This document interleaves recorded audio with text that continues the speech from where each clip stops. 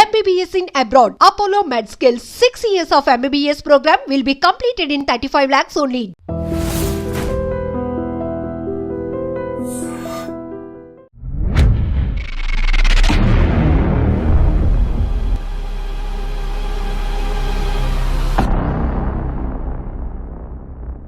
Welcome to Vakil Saab. సాధారణంగా ప్రతి ఇంట్లో కొన్ని చిన్న చిన్న సమస్యలు ఎదురవుతాయి. ఉదాహరణకు తండ్రి ఆస్తి కూతురికి వస్తుందా లేదా, లేదు అన్నదమ్ములతో పాటు కూతురికి సమాన హక్కు ఉంటుందా లేదా, ఈ చిన్న చిన్న సమస్యలతో పాటు చుట్టుపక్కల వాళ్ళతో ఏదో మాటామంతిలోనో ఒకసారి ఘర్షణ వస్తుంది. ఆ ఘర్షణ తర్వాత వాళ్ళు మనల్ని చూసి తిడుతున్నారనో, లేదు మనల్ని వాళ్ళు తిడుతున్నారనో, లేదు వాళ్ళని మనం వేరే వాళ్ళు తిడుతున్నారనో, వాళ్ళు తిట్టుకుంటున్నారని థర్డ్ పార్టీ వచ్చి మనకు చెప్పడం, ఇటువంటివన్నీ కూడా జరుగుతుంటాయి. వాటితో పాటు ఎక్కువగా కొలాయి దగ్గర ఘర్షణలో, లేదా మొక్కలు నీళ్ళు పోస్తున్నప్పుడు ఇటువంటి చిన్న చిన్న తగాదాలకి పోలీస్ స్టేషన్కి వెళ్తే పోలీసులు ఇది మా పరిధిలోకి రాదు అంటారు. మరి ఎవరికి చెప్పాలి? ఇటువంటి సమస్యల పరిష్కారానికి చిన్న చిన్న సమస్యల్ని కోర్టు మెట్లు ఎక్కొచ్చా లేదా అనే అంశంతో పాటు ఇటువంటి చిన్న చిన్న సమస్యలు ఎదురైనప్పుడు మరొక ఉదాహరణ, చిట్టీల పేరు మోసం చేసేవాళ్ళు కానీ, లేదు పక్కింటి వాళ్ళే కదా అని చిట్టీలు కట్టిన తర్వాత వాళ్ళ దగ్గర మనం ఎలాంటి ఆధారాలు లేకపోయినా ఒకరోజు సడన్గా ఆయన బిచ్చాన్ని ఎత్తేస్తాడు. అప్పుడు మనం ఏం చేయాలి? ఇది పోలీస్ స్టేషన్ పోతే ఇది సివిల్ మ్యాటర్ అంటారు. మరి మన డబ్బులు వస్తాయి రావా? ఒకవేళ చెక్కులు ఇచ్చినప్పుడు ఆ చెక్కులు ఏ విధంగా బౌన్స్ చేయాలి? ఒకవేళ చెక్కులు లేకుండా కేవలం ప్రామిసరీ నోట్లు మాత్రమే ఉంటే అది ఏ విధంగా మనం ముందుకు ప్రొసీడ్ అవ్వాలి? ఇటువంటి సమస్యలన్నిటికీ పరిష్కారానికి వకీల్ సాబులు ఈరోజు మనం పరిచయం చేస్తున్నాం. పూజారి నాగేశ్వరరావు గారు, అడ్వకేట్, హైకోర్టు. ఆయన అడిగి అంటే పెద్ద పెద్ద సమస్యలు కాకపోయినా ఇటువంటి కుటుంబ తరహా సమస్యలు కానీ, లేదా చుట్టుపక్కల ఎదురవుతున్న సమస్యలు కానీ, లేదా ఫైనాన్షియల్ ఇష్యూలతో జరుగుతున్న చిన్న చిన్న సమస్యలకి పరిష్కారం ఏ విధంగా ఉన్న విషయాన్ని నాగేశ్వర గారిని తెలుసుకుందాం. నాగేశ్వర గారు నమస్తే అండి. నమస్తే సార్. నాగేశ్వర గారు, సాధారణంగా కుటుంబంలో సమస్యలు వేరేగా ఉంటే చుట్టుపక్కల చిన్న చిన్న సమస్యలు ఎదురవుతుంటాయి. పక్కింటి వాళ్ళు మమ్మల్ని తిట్టారనో, లేదా డైరెక్ట్గా మాకు తిట్టకుండా వేరే వాళ్ళ మీద పెట్టి మమ్మల్ని తిడుతున్నారనో, లేదు చిన్న చిన్న గొడవలు పెరిగి పెద్ద అయితే కొట్టుకోవడం వరకు వస్తుంటాయి. అది ఎక్కడ కూడా కనబడిపోయినా కేవలం మాటల యుద్ధంతో నడుస్తుంటుంది చుట్టుపక్కల వాళ్ళతో.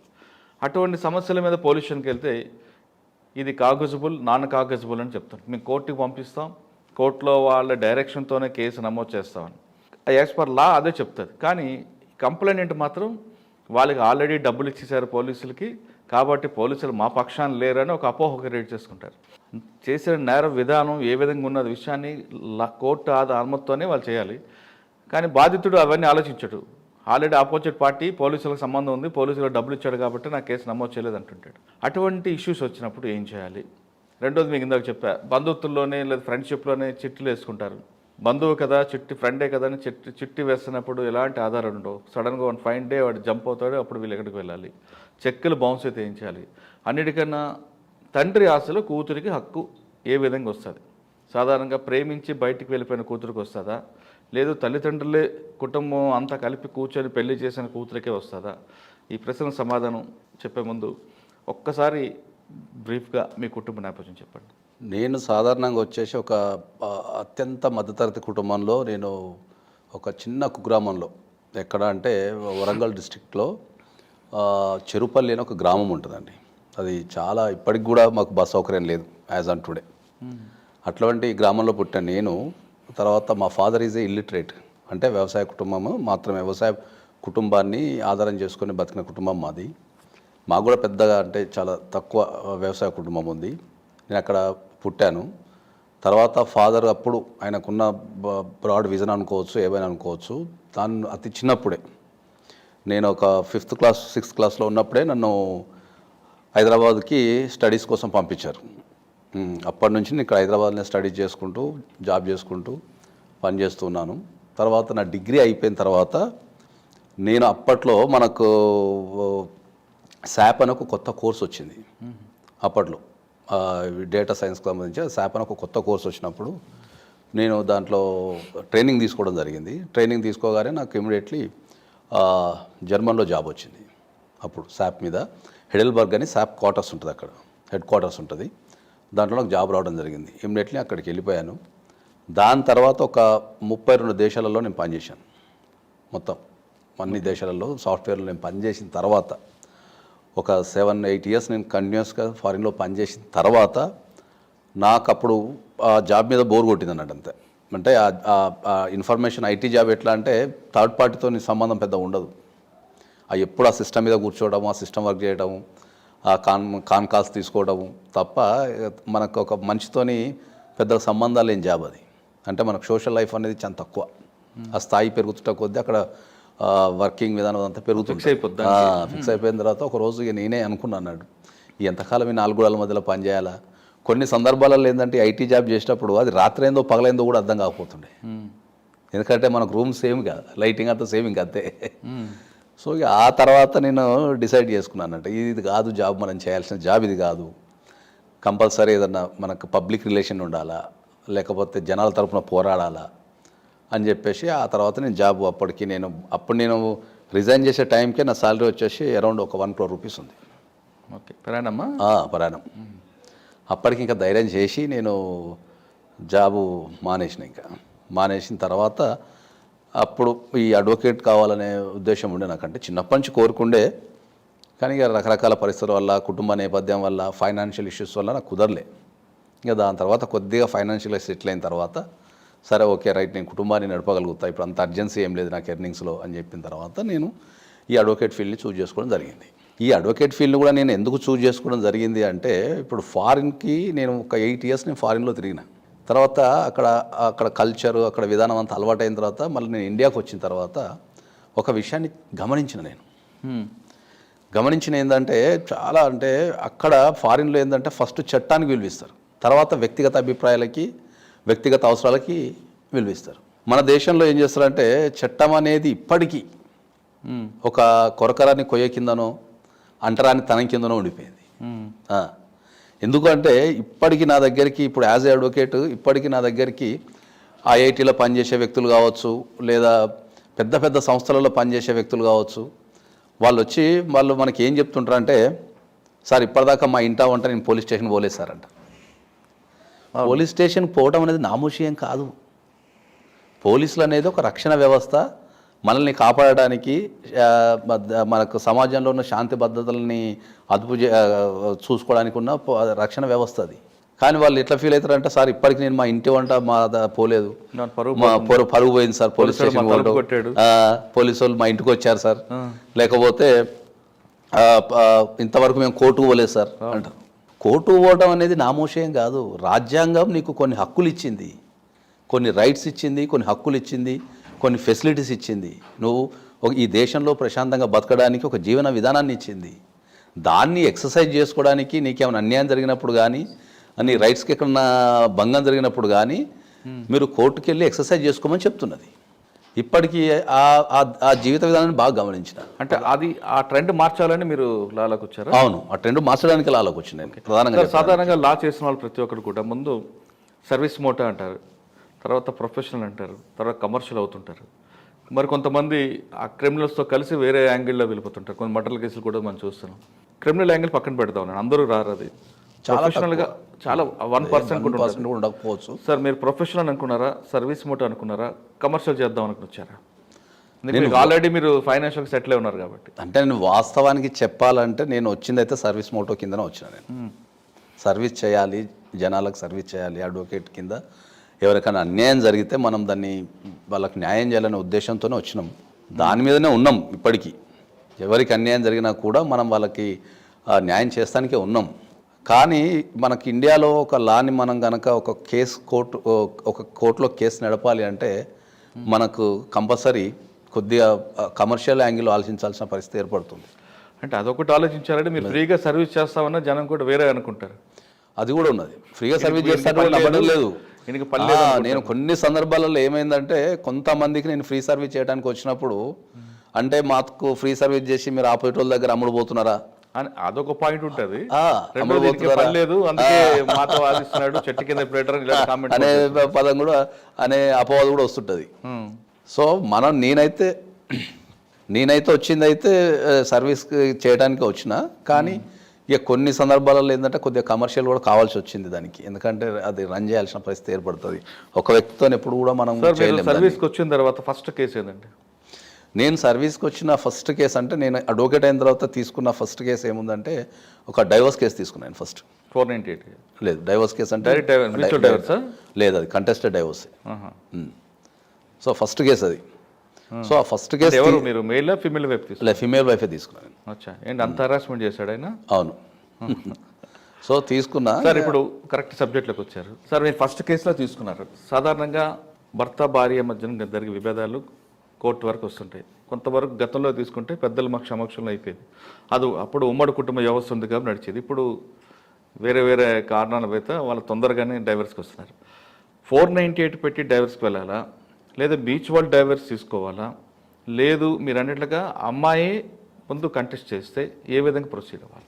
మీ ఫస్ట్ కేసు అదే కాబట్టి. అవును, ఫస్ట్ కేసు నాకు నేను డైవోర్స్ తీసుకునే టైంకి నాకు అంత అవగాహన, చట్టాల మీద అంత అవగాహన కూడా లేదు. ఇప్పుడు ఏంటంటే నేను కొన్ని వందల వేల కేసులు నేను డైవోర్స్ కేసులు చేసిన కాబట్టి ఇప్పుడు ప్రజెంట్ ఉన్న సామాజిక పరిస్థితుల ప్రకారం ఏంటంటే మ్యూచువల్ డైవర్స్ అనేది best policy in the country. మీరు ఎప్పుడైనా గమనించారా ఒక సెలబ్రిటీ కోర్టుకి వెళ్ళి డైవర్స్ కేసులలో కొట్లాడడం మీరు ఎప్పుడైనా గమనించారా? ఉండదు.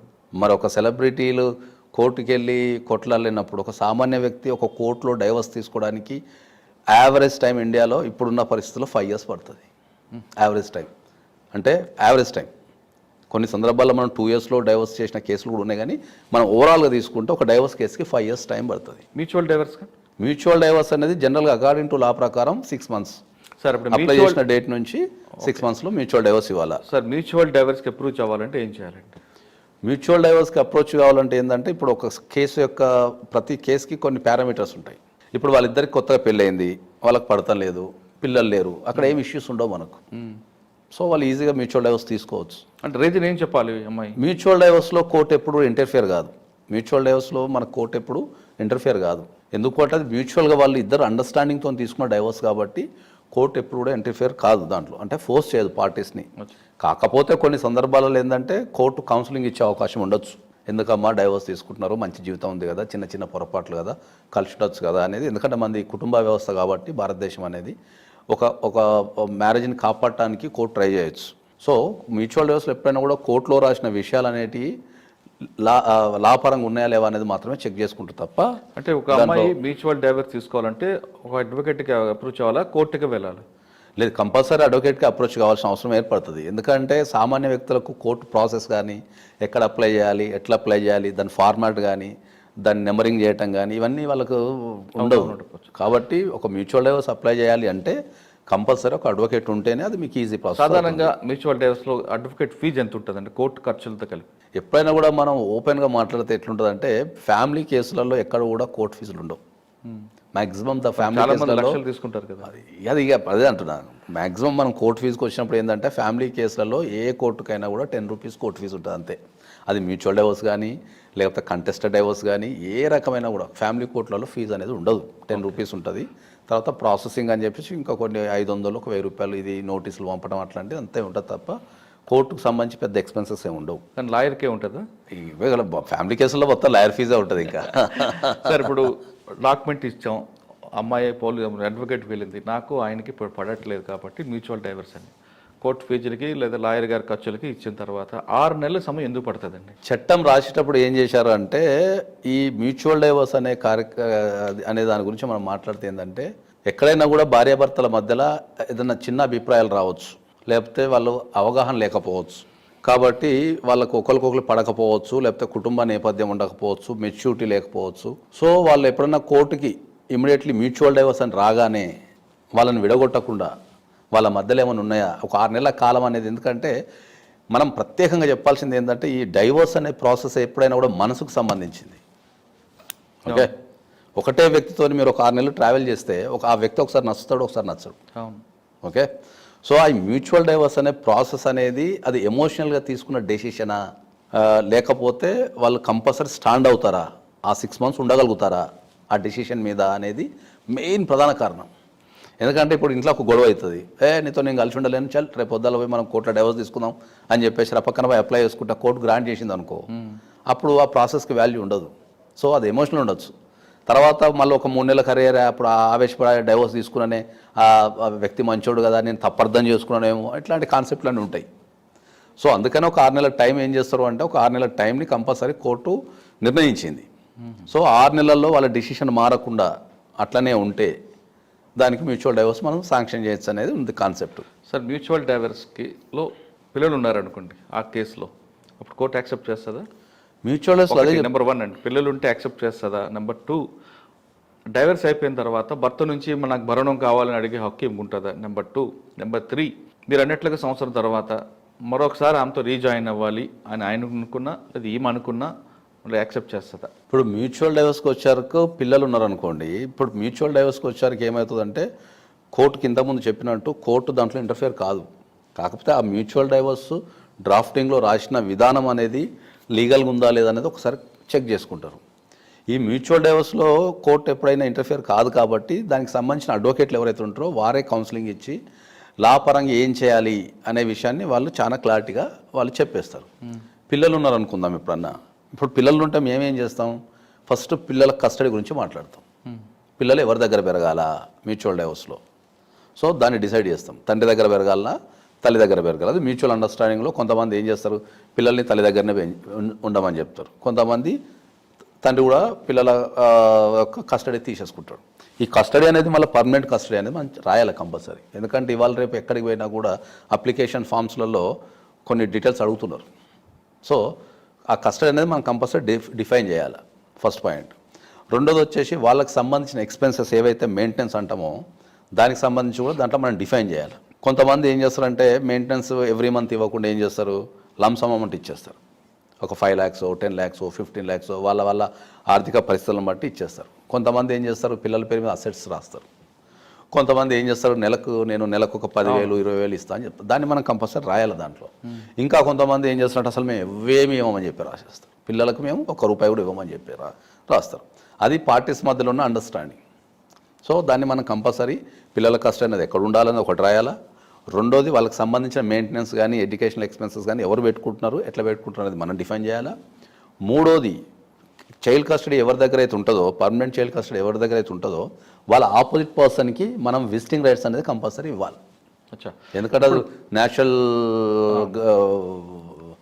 గార్డియన్స్ కాబట్టి కంపల్సరీ మనం ఆపోజిట్ పార్టీకి మనం కొంతమంది వీక్లీ వన్స్ అడుగుతారు, కొంతమంది 15 days ఒకసారి అడుగుతారు, కొంతమంది ఇయర్లీ వన్స్ అడుగుతారు. అది depend upon the parties and their situation. ఇక్కడ ఇష్యూలో తల్లి దగ్గర ఉండడానికి పిల్లలు ఇష్టపడతారు సాధారణంగా. తల్లి కూడా పిల్లల దగ్గర ఉంచుకోవాలనుకుంటుంది. భర్త ఏమంటాడంటే ఆమె వేరే వాళ్ళతో తిరుగుతుంది, ఇంకో పెళ్లి చేసుకోవచ్చు, నా పిల్లల్ని పాడు చేస్తుంది కాబట్టి ఆ పిల్లలు నాకే ఇవ్వండి అని అడిగే హక్కు కూడా ఉంటుంది. ఇప్పుడు ఏ విధంగా దాన్ని అటువంటి ఇష్యూస్ ఇప్పుడు దాన్నే మనం ఏమంటామంటే, ఇప్పుడు మ్యూచువల్ డైవర్స్లో అయితే ఎవరో ఒకరు ఒప్పుకుంటారు కాబట్టి మనకు ప్రాబ్లం లేదు. కానీ ఇలాంటి సందర్భాలలో అయితే కంపల్సరీ మనం కోర్టులోకి వెళ్ళి మనం చైల్డ్ కస్టడీ కేసు వేసుకోవాల్సింది. గార్డియన్ అండ్ వార్డ్స్ యాక్ట్ కింద చైల్డ్ కస్టడీ అంటే ఆ తల్లి దగ్గర పిల్లలు ఉండటం వల్ల చెడిపోతారు, లేకపోతే వాళ్ళ జీవితంలో వృద్ధి లేదు, వాళ్ళకి సరైన ఫెసిలిటీస్ తల్లి ఇవ్వలేదు, ఇటువంటి కండిషన్లో అని చెప్పేసి ఆ కండిషన్ని మనం మెన్షన్ చేస్తూ, ఇప్పుడు మీరు చెప్పిన దాంట్లో అడల్టరీ అంటారు దాన్ని. అంటే ఆ అమ్మాయి ఒక వ్యక్తితోని పెళ్ళైన తర్వాత ఒక వ్యక్తితోని సంబంధం పెట్టుకుంటే దాన్ని మనం అడల్టరీ అంటాం. సో అడల్టరీ బేసిస్ మీద కూడా మనం చైల్డ్ కస్టడీ చేసుకునే అవకాశం ఉంటుంది. కానీ ఆ పిల్లలు మెచ్యూర్ అయ్యే వరకు అప్పుడు వాళ్ళు డెసిషన్ తీసుకోవచ్చా? జనరల్గా చైల్డ్ కస్టడీ అనేది అప్ టు 18 years వరకు, అది మేల్ అయినా ఫీమేల్ అయినా కూడా అప్ టు 18 years వరకు వాళ్ళు ఫాదర్ కానీ మదర్ కానీ కస్టడీలో ఉంటారు. ఓకే, కంపల్సరీ ఉండాల్సిందే. వాళ్ళకి అప్పుడు అభిప్రాయం ఉండదు. ఒక్కసారి 18 years దాటితే ఇక వాళ్ళకి ఈ దేశంలో ఎవరి హక్కు ఉండదు. ఇక అంతే, తల్లి హక్కు ఉండదు, తండ్రి హక్కు ఉండదు చట్ట ప్రకారం.